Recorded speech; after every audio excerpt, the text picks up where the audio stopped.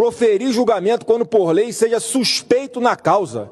Isso é inquestionável, é um consenso entre todos aqui no Brasil. E que essa anistia tem que se estender também aos policiais federais que estão se prestando esse papel, que acabaram de indiciar, por exemplo, 2 deputados federais, Marcel Van Hatten e Cabo Gilberto Silva, por usarem a tribuna e fazerem uma crítica à Polícia Federal e chamarem um dos delegados de cachorrinho de Alexandre de Moraes, o que é uma verdade, é uma opinião que todo parlamentar deveria ter a sua imunidade parlamentar para fazer uso da palavra respeitada pela Polícia. Abertura de processo de impeachment e é contra um ministro do Supremo Tribunal Federal, o Alexandre de Moraes. Quem puxou essa iniciativa foi o senador Flávio Bolsonaro. E a justificativa principal ali no documento, o argumento central mesmo, é a alegação de que o ministro teria ido além, sabe? Ultrapassado os limites das suas funções constitucionais. Ok, vamos tentar entender melhor os detalhes disso que está no documento. Exato. E, assim, o ponto crucial aqui é essa percepção de um excesso nas funções dele, né? Pelo menos é o que está descrito ali no documento que a gente analisou. O que é interessante aqui é a natureza dessa alegação, né? Não é algo vago. Ah, não é genérico, então? Não, não. O texto que a gente tem como fonte, ele detalha, por exemplo, uma série de decisões monocráticas, votos do ministro, em inquéritos bem conhecidos, né? Aqueles que investigam fake news, atos antidemocráticos. Uhum. E aí a argumentação apresentada é que essas ações, tipo assim, representariam uma invasão na esfera de competência de outros poderes, entende? Entendi. Então o documento não fica só no excesso, ele aponta o dedo para decisões específicas.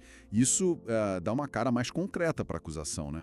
E como é que o documento faz essa ligação entre essas ações específicas e a suposta violação da Constituição? Que tipo de argumento jurídico ele usa ali? Exatamente. Pelo que a fonte indica, o pedido se apoia muito, mas muito mesmo, no princípio da separação dos poderes. O argumento é que essas ações que eles citam configurariam um ativismo judicial indevido. Ativismo judicial. Isso.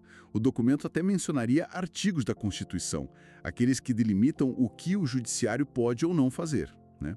Sugerindo que o ministro teria, na visão de quem fez o pedido, claro? Sim, na visão do autor. Teria agido como se fosse legislador ou administrador através das decisões dele. O que, bom, claramente extrapolaria o papel de julgador. Entendo. Então o documento tenta traçar uma linha reta, assim, entre atos específicos do ministro e uma suposta quebra dos limites constitucionais do judiciário, e usa a separação dos poderes como a grande base para isso. É uma acusação séria, né? Mexe com a estrutura toda do Estado. Precisamente. E tem mais, viu? Pela nossa análise da fonte, o documento também parece explorar a questão do devido processo legal, da imparcialidade. Ah, é? Como assim? Tem trechos que questionam se certas conduções de processo ou até declarações públicas que atribuem ao ministro, se elas seriam compatíveis com a postura que se espera de um juiz da Suprema Corte, sabe? Sugerindo que poderia indicar, talvez, uma atuação com viés mais político. Isso adiciona mais uma camada, né, na argumentação que está ali no pedido. Não é só sobre quais decisões foram tomadas, mas também como elas foram tomadas, como foram comunicadas, sempre, claro, pela ótica de quem está apresentando a petição. É fascinante ver como esses elementos são costurados para construir o caso pelo impeachment. Sem dúvida. O documento funciona como uma peça de acusação mesmo, formal, vinda de um parlamentar, né, do legislativo, e direcionada a um membro do judiciário. Ele pega fatos, decisões e interpreta tudo sob uma luz bem específica, para tentar sustentar a tese de que houve abuso de poder ou talvez quebra de decoro, que seriam as bases para o impeachment segundo a lei. E esse movimento todo, né, esse pedido em si, independente do mérito que aí cabe ao Senado analisar, ele já mostra bem aquela tensão do sistema de freios e contrapesos, não é? Com certeza. Aquele mecanismo que foi pensado justamente para isso, para um poder, em teoria, controlar ou fiscalizar os excessos do outro. Exatamente. A fonte que a gente tem aqui, esse pedido de impeachment protocolado, é em si uma manifestação clara desse mecanismo. Mostra um senador usando uma ferramenta do legislativo para questionar formalmente a conduta de um juiz do Supremo. E a base é essa: alegações de excesso de poder. Isso leva a gente a pensar um pouco sobre como essa dinâmica entre os poderes funciona na prática, né? O fato central que a gente tira da fonte é bem claro.